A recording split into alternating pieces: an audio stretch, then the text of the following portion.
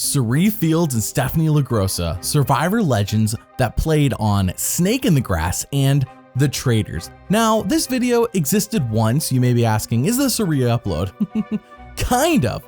You see, Snake in the Grass, 3 years after it aired and got canceled, by the way, keeps copywriting the video of Cirie Fields and Stephenie LaGrossa to the point that it is blocked. So I can't even show you any footage from it. So let's do a brief recap of Snake in the Grass, the canceled show, so you can be caught up as we lead into The Traitors. Spoilers for a canceled show from 3 years ago. Stephenie was the Snake in the Grass, aka the Mole, aka the Traitor, and she was so bad. I mean, she was so awful that Cirie and Rachel Riley caught Stephenie right away and won $100,000. Stephenie was so horrendous, but I will say the episode itself was entertaining. With that in mind, let's move on to a show that is still airing to this day and that features Cirie, Stephenie, and yes, Rachel Riley, all filmed just a few months later, called The Traitors. This show takes place in Scotland, features a cast of 20 people, 10 reality show stars, and 10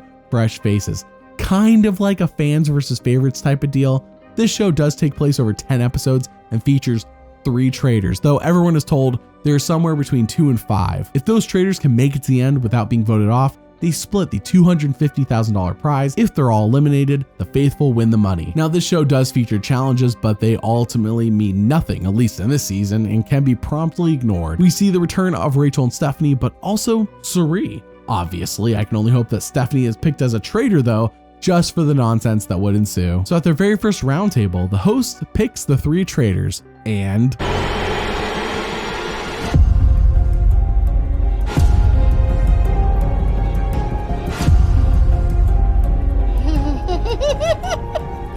I'm so excited.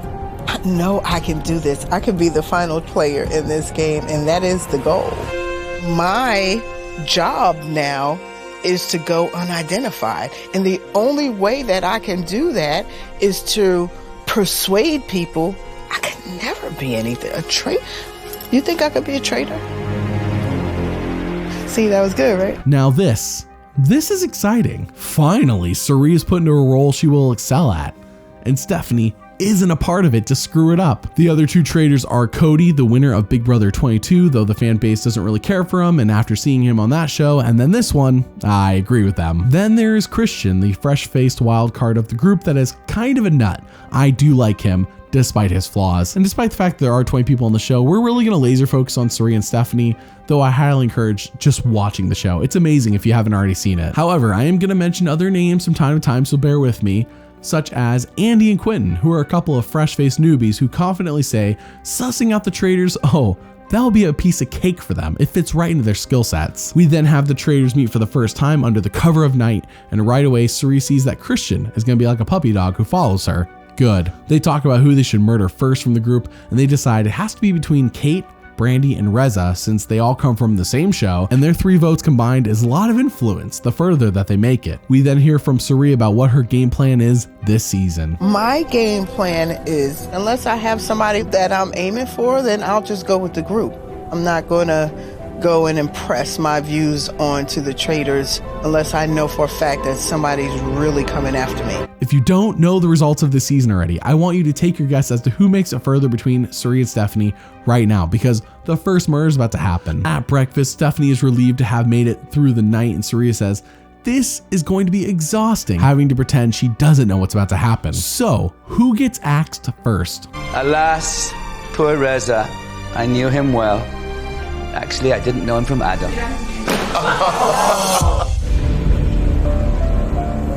Reza is such a ringleader in that group. We split that 3-headed monster up. All right, chaos is gonna ensue. He's somebody that's gonna make people second guess how they act in the missions. So we good? Let's get it done. All right. Reza down, 19 people remain. Suspicions start flying around as to who would target Reza, with Kate being annoyed her friend is gone. 2 suspects fly to the top of the list, Michael and Geraldine. Michael because him and Reza were bickering the day before, and Geraldine because when they had everyone take off their blindfolds after the traitors were picked, they say she was acting weird. AKA Cirie and Stephenie are golden. At the round table, discussions heat up on which person to vote off, with Cirie and Christian specifically honing in on Geraldine. So everyone goes to vote, and I I said Geraldine. I voted for Michael. I voted for Geraldine. I picked Geraldine as well. Geraldine, I have to go by the information that's been given to me. I voted for Michael. Michael, I love you, but you gave me an ultimatum and I just don't respond well. It's like a threat. I'm so sorry, Michael. Michael. Geraldine, I am sorry. I voted Michael because I can't trust you anymore. I'm sorry. So, G, I'm sorry. Well, I sure as heck ain't voting for myself. I voted for you, Michael. That's 8 votes for Geraldine and 7 for Michael. I had to go with my gut in the end. I'm sorry. GD. I'm voting for you, Michael. Unfortunately, I chose you. Before you leave the game forever, please reveal if you are a faithful or a traitor. I'm a faithful. Geraldine down, 18 people remain. With the faithful taken out of the game, everyone starts flipping their lid and fighting. It is glorious. As I said before, I highly recommend the show. I don't normally give show recommendations in the middle of stories, but if this intrigues you and you haven't seen it, watch the rest unspoiled. For those of you who remain, let's continue. Brandy gets eerily on target when she says she is highly suspicious of Christian and Cody. The traitors all meet up and debate on their next move. Should they target somebody specifically, or should they just get somebody at random? They could eliminate Michael since people want him gone. They could target Brandy since she is onto them, or they could target someone like Bam, which is mostly just nonsense. The next morning at breakfast, we see that Stephenie survived, but as the others are walking in, Christian starts over-explaining why he thinks everyone is safe. Cirie is like, bro, shut up. But it is time. Who was murdered? Wham, slam, thank you, Bam. People are gonna think that Brandy's too obvious, but if Bam goes, it would be like, why in the world? It's going to throw a lot of people off of our trails, and no one's going to be able to understand or figure out why Bam. Bam down, 17 people remain. Everyone starts scrambling and goes, what the heck? Bam makes no sense. It's almost like the traitors are just picking people to screw with us. Stephenie has no leads and literally no one has suspected Cirie yet. We then see Kate and Brandy talk quietly about who they think could be the traitor by writing down their suspect list on a little note. Basically, they really don't want anyone hearing them. It is like 18 people around here in like 3 or 4 rooms. Quinn then tells us that obviously one of the traitors is Kate. She is the only one who would kill Bam. We then see Michael, Kate, and Brandy all fight. The early part of the game is a piece of cake for Cirie so far. With all the naturally occurring drama, she basically doesn't have to do anything. So everyone goes to vote. And I voted for Brandy. Michael. It wasn't Brandy that was causing the chaos yesterday. It was Michael. Michael. Kate. Kate. Michael, I voted for you. Michael, I voted for you. I voted for you, Brandy. Brandy, I voted for you. Brandy, I voted for you. I voted for you, Kate. Michael, I voted for you. I had to vote Brandy. Michael, I chose you because I believe you're a traitor. Michael now has 6 votes. Brandy has 5. Brandy. Brandy, I voted for you. I went with Brandy. I'm not faithful. Brandy down, 16 people remain. But more importantly is that Stephenie sees a note come out of Kate's jacket, so she picks it up, reads it, and secretly tells Cirie. Oh man, Stephenie must not even remotely suspect Cirie to tell her that. Clearly this game would be different with no prior relationships, but then, oh well, we wouldn't have this video right now. The traitors gather up and talk about who to kill next, and Cirie tells Cody and Christian about the note and mentions how Shelby and Amanda's names were on it. The traitors debate between Amanda, Shelby, or Azra, with Azra being their completely random choice. The next morning, Andy says, I am completely tapped out by being an introvert, and we see that Stephenie survived, obviously. At this point, she's kind of in Cirie's back pocket as an informant, in my opinion. So, who was murdered? In the words of Macbeth, 'twas a rough night.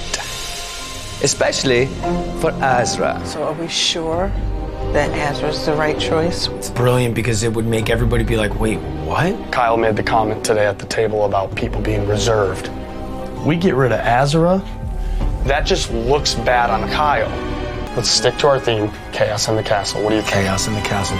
Let's do it. As we're down, 15 people remain. Cirie says breakfast is becoming less and less fun for her, but she can't let the others see her sweat. But Stephenie, with the knowledge of the note, says, I'm getting Kate out. Obviously, she's a traitor. I just need some proof to convince the others. Cirie then talks to Kate and says, I know you're a faithful, I'm a faithful, but I really don't think Michael is a traitor either. Cirie wants everyone who's creating drama to stay in this game as long as possible. And if Michael is ousted as a faithful, she'll look trustworthy, but she wants to keep him in because he's creating drama. Stephenie then starts telling everyone and their mother about the note, but it is too late for Kate. The Michael train has been in motion for too long, and Kate's kind of on the back burner. But then, for the first time all season, Cirie's name is mentioned. There has to be a strong female traitor in the mix. That's a celebrity. Right. Behind the scenes, I'm trying to figure out what's going on with Stephenie, what's going on with Cirie. I would be a terrible traitor, I'm telling you. Let's say Cirie's a traitor. Cirie would be a good traitor. There's absolutely no way. No, for a fact, she's not. I don't know either. Kyle and Ryan stating that there must be one woman, and they seem to think this woman has to be a celebrity. So, and obviously they're right, could be a problem later on down the line. Where there's smoke, there's fire. So if you continue to bring up my name, you know, you could start something that could catch on. Well. He is right. Thinking like production, there is no way every traitor would be a man. One of them has to be a woman. Quentin suspects that woman is Kate though. At the round table, Steph brings up the note and Kate tells the truth. She says, I no longer care about this game, but she sure as heck ain't a traitor. Quentin then says, come on Kate, we all know you're a traitor. Kyle then takes control of the discussion and says, ignore Kate, Michael is a traitor for sure. So they all go to vote and... Michael, I'm sorry, I voted for you. Kate, I voted for you. I don't think Michael's a traitor, so I voted Kate. Michael, I voted for you. I think you're a great traitor. Michael, I voted for you. Michael, I voted for you. Michael, voted for you as well. I voted for Kate. My vote is for Kate. 5 votes for Michael. 4 votes for Kate. Michael. If you're truly a faithful, we have some serious finger pointing to do. Michael. Sorry, buddy. Michael, I voted for you. Michael, Michael, I voted for you. Nothing personal. I am a faithful.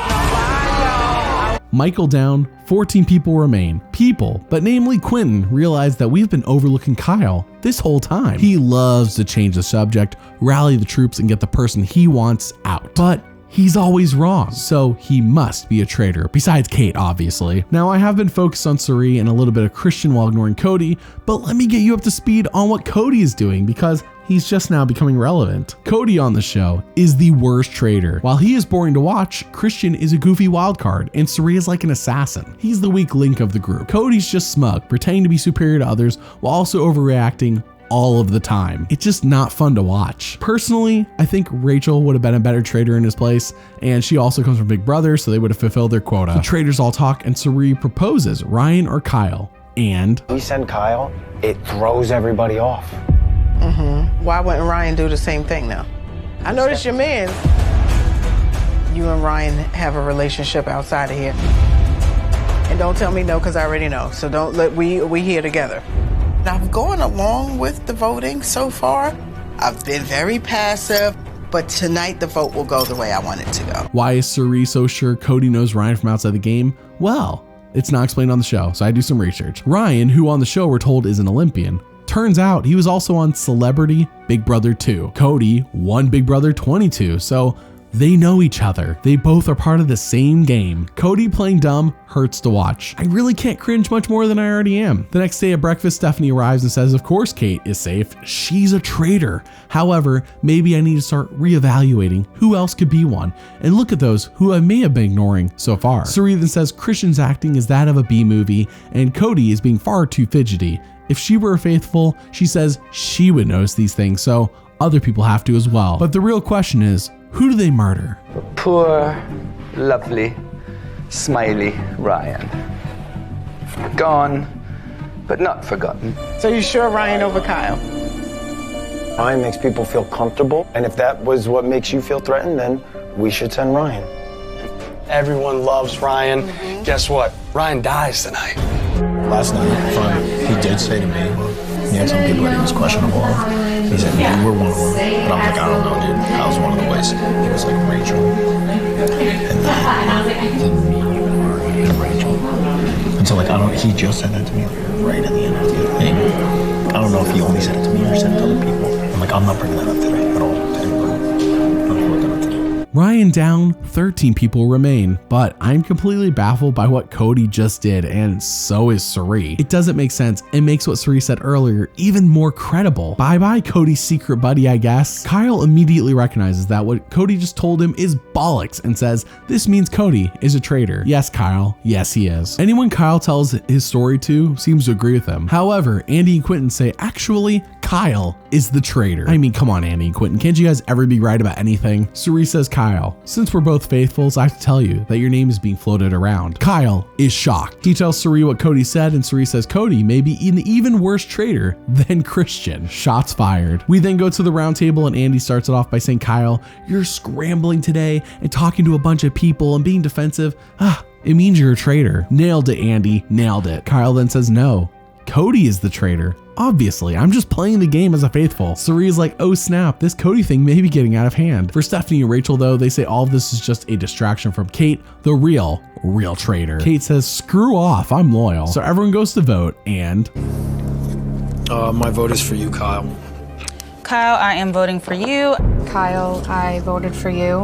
I voted for Kate. No surprise. Kate, I truly believe you are a traitor. Okay, thank you. I voted Kate.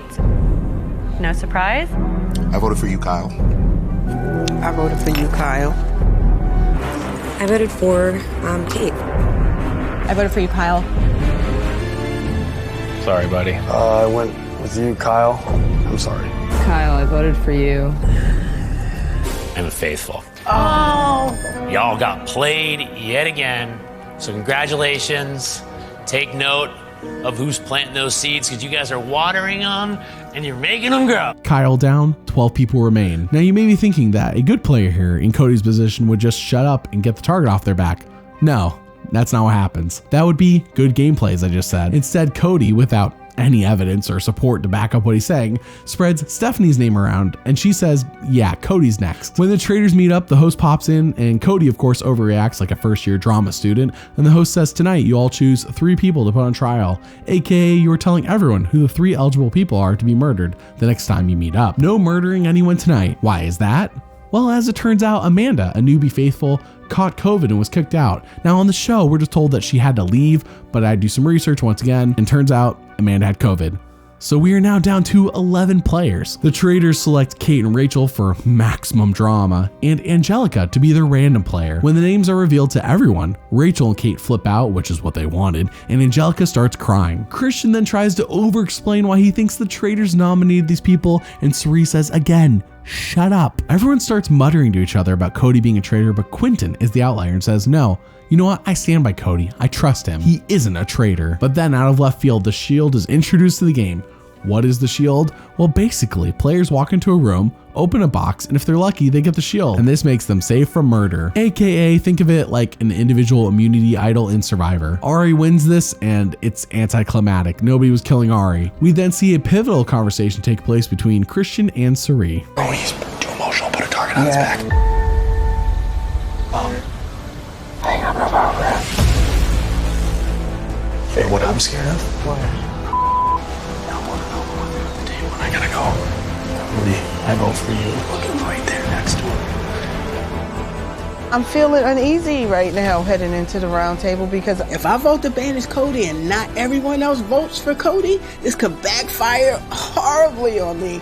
If Cody survives the round table and we have to continue to work as a team, it could be terrible. Wow, will they actually turn this early? I mean, I kind of want it to happen, but we'll see if they do. They may not have a choice though, as Stephenie says, she would rather die than not knock out Cody in this game. A little extreme, Stephenie, but I get the point. We then have the roundtable discussion where after multiple people literally dismiss Rachel as not being a traitor, Cody persists and says she definitely is. I wonder if this is personal for Cody, considering how they know each other outside the game, though I do find it hilarious when Rachel says Cody is overacting. He's been doing it the whole time.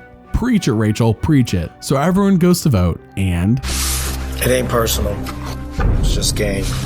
Cody, I voted for you. I'm so sorry. Rachel, I voted for you. You are a traitor. Cody, if I was a traitor, I would be acting just like you. Cody, I wish that you and I could have worked together. So I voted for you, Kate. I voted for Rachel. Cody. Sorry, man. Cody. My vote was for you, Cody. I am a traitor. See you in New Jersey, Cody. Absolutely. Cody is backstabbed. 10 people remain. Shelby was the only one who didn't express joy when he was eliminated and revealed that he was a traitor, and people noticed this. Cirie and Christian then talk about who to murder next, and they conclude that drama is good for them. So there's only one logical conclusion. Angelica's murder? Yep. The battle is won, but the war is far from over. Who are we murdering? Angelica. Angelica doesn't really make decisions that well when it comes to the round table. She's swayed too easily, nudged too easily. All it takes is one bad day for someone to say, Christian and Cirie are sketch. And she, Exactly. If we want to add money to the pot, I'd rather have Rachel. I would too, because she works her tail off. Who is also a shield because... A shield and suspect. Right.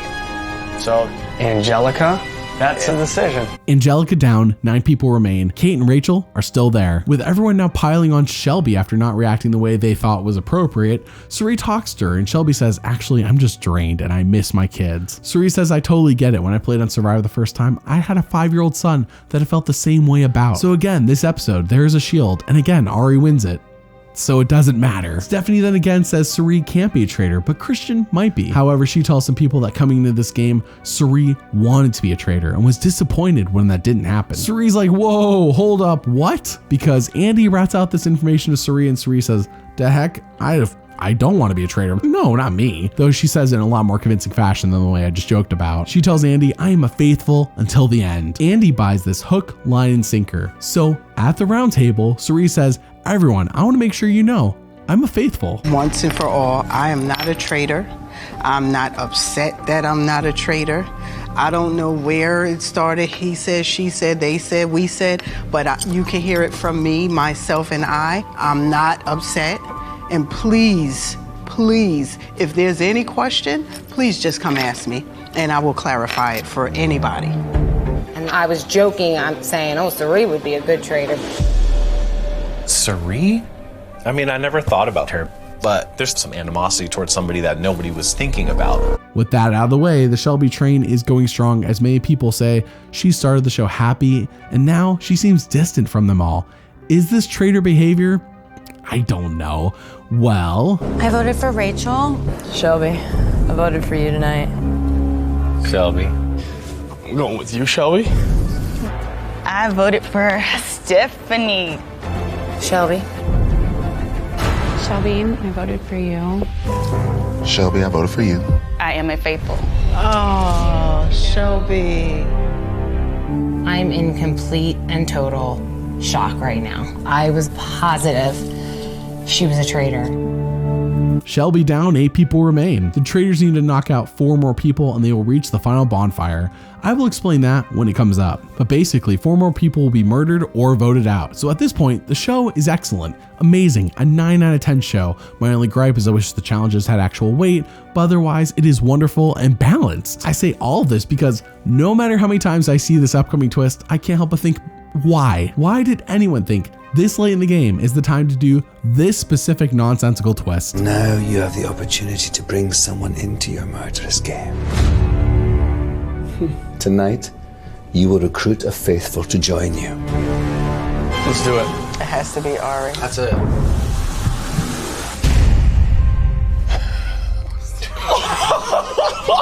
See what I mean? What a crap twist. Let's think about it. We are now in episode 8 out of 10. Cirie and Christian don't need another person helping them, and this is a huge blow to the faithful. Plus, people have mostly assessed each other, and Ari has acted like faithful this whole time because he was one. So yeah, this is dumb. Instead of it being 6-2 in favor of the faithfuls, it's now only 5-3. And we already know who holds all the power. It's so dumb. Well, that morning at breakfast, everyone sees that no one is murdered. So Christian does not take Cirie's advice and chooses to talk way too much. After the last round table, I was recruited to be a traitor.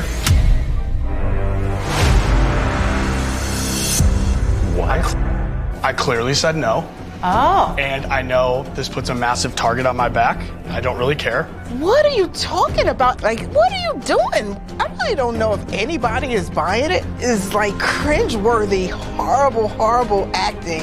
Yikes, and I thought what Cody did was bad. This was too oddly specific, but imagine with me if Ari wasn't a traitor, something like this would feel like there would be dire consequences to losing Christian, but in this case, there really isn't. Stephenie says this is bad. That story sounds like something a traitor would say because who wouldn't accept that invitation? I don't know what it is with traitors not named Cirie talking too much, but then Ari talks to Stephenie and Rachel and says, I thought if they were to pick a new traitor, they would have picked me. I mean, am I taking crazy pills? Shut up. So for the only time in this entire video, I want to talk about challenge only because it ties into Cirie's story since the first episode of her first season on Survivor. And well, why don't I just show you? The teams must split into two and enter different sides of the cabin. Okay, come on. Each side holds a different fate.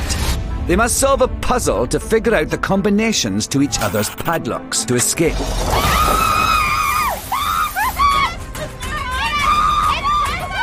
Talk to me through the can. Okay. All right. If it wasn't for Kate, I would have quit. I would have quit. So much has changed for Cirie, and yet not as much as one might think. For those not knowing what I'm talking about, she expressed a great fear of bugs her first season playing on Survivor. Oh, and I need to mention, for the third time in a row, Ari gets the shield. Cool. Who cares? Let's just get to the round table where the traitors hold 3 of the 8 votes. What's the sad face for? I'm sorry. You're not. Sadly, I don't think it's gonna matter. Reach. I am going with my gut. I think you're a traitor. That's wrong. I voted for you, Rachel. Oh, shocker. I voted for you, Kate. I mean, congratulations, Kate. You're a great traitor. Rachel, I voted for you. Shocker. Rachel. I did vote for you, Rachel. I know you did. If I'm wrong, I'm so sorry. You know you're wrong.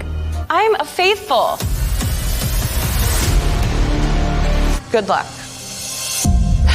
Yep, Rachel is gone, even after Christian's public nonsense. Oh, and the traitors get to kill someone tonight, so we're down to 7 people right now, but soon it will be 6 with them having half the numbers.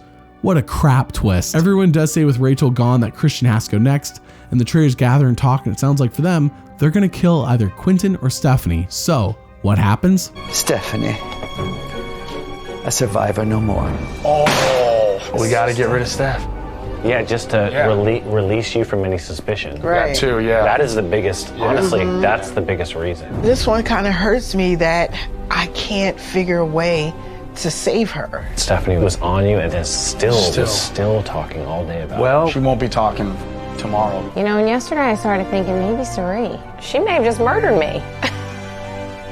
If I find out she's a traitor. Wow, Stephenie is gone and only 6 people remain. I feel like she would have been an easy person to drag to the end, but to be fair, Quentin is the worst player in this game with how he reads situations as a traitor, so I can see why you drag him over Stephenie. We then see Christian starting to spread Ari's name around, and again he states his story on how they tried to recruit him, and he said, no way. He even says, what if Ari and Cirie are the traitors? Dude, shut up. So at the round table, it's time. Do they turn on their own or eliminate a faithful? Christian, I think you're hilarious and smart and amazing. I went with Kate. Kate, I voted for you. Christian.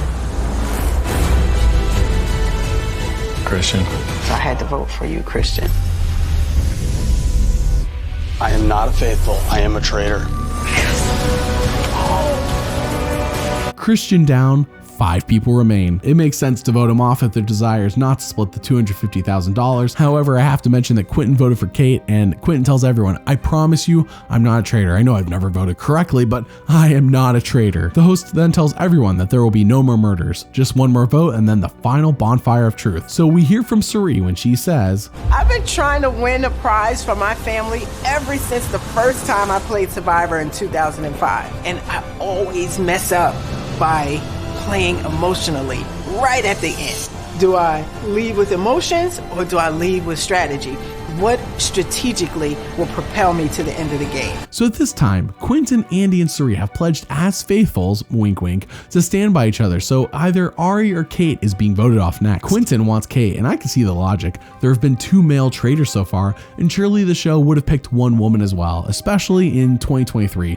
Though this was filmed in 2022, just bear with me here. So at the round table, Cirie says, let's do this, guys. Let's end this game as faithfuls. She is being so evil. Everyone goes to vote, and Quentin, if you are faithful, I also will be going home with nothing. Kate. I voted for you, Clinton. So I gotta say it. I voted for you, Kate. And these are true tears, and this is true heart. I am a faithful. I am shocked. I mean, obviously, I thought she was a traitor. Never would have saw that coming, but I have to give so much respect to Kate. Kate is out, and it is now the final 4. If I were a faithful and I just saw Kate get uncovered as a non-traitor, my eyes would be on Cirie. Surely, one strong woman was picked to be a traitor, especially a returnee from another show. This almost seems like common sense, but it's not. Andy and Quentin say we're not voting off any more people. This is the final 4 and we will split this pot. I can see why Cirie brought them to the end. They are goats being dragged to the slaughter. The host then explains that at this final bonfire, everyone gets to choose whether they want to end the game or remove someone else. If they choose green, that means they want to finish the game. And if they throw in red, that means they want to vote again. Only one person needs to throw in a red. So, Andy. Now it's Quentin's decision. Cirie. Oh, man. Holy crap, Ari is a goner. I didn't know if Cirie would split the pot with him, but no, turns out she's not going to. Believe it or not, Ari immediately knows he is screwed. Cirie and her minions are just gonna vote him out, so he says, that's okay, I'll just leave. He quits. Cirie says, I did all the work and Ari didn't come in till the very end. I'm not sharing anything with him. So now it is time. How does everyone vote? Andy. And now it's Quentin's decision. Y'all are my family, and there's no one else I'd rather split this money with. I wouldn't want to win at this point with anyone else. Cirie, you have the final vote. If you're all faithful, you will share that $250,000. Andy, are you a faithful or a traitor? Yeah, I'm not fazed by the celebrities. I mean, they're people too. But that's exactly why people won't see me coming. Never had it in me to be a traitor, y'all. I'm a faithful. It's a lot of things I'm willing to do to get the coin, but backstab and run over people is not me. I am a faithful. I am a faithful at heart, but I'm a traitor in this game. The reaction shots of Quentin and Andy are gold. Like, no duh, there was a woman traitor. Cirie wins, and she played a masterful game. Even if Ari hadn't joined the traitors, I truly think Cirie would have gotten rid of Christian and she still would have won. She was playing so well, so far above everyone else. She set the bar too high for season 2 of the show, because believe it or not, this is season 1 of the American version. From the moment they picked her, it felt like they put a shark in a sea of minnows. Everyone else didn't really stand a chance. As I said before, this is an incredibly fun show to watch, and there's even a reunion episode where everyone gets really mad at Cirie for beating them and acts incredibly salty and self-righteous. And believe it or not, one of those people, Cody. Of course, who would have thunk? So what do you think about Cirie Fields? Should she stop being on these kinds of shows or keep playing on more reality game shows? Comment below and let me know. Thanks for watching, and doubly thanks for liking and subscribing. See you all next time.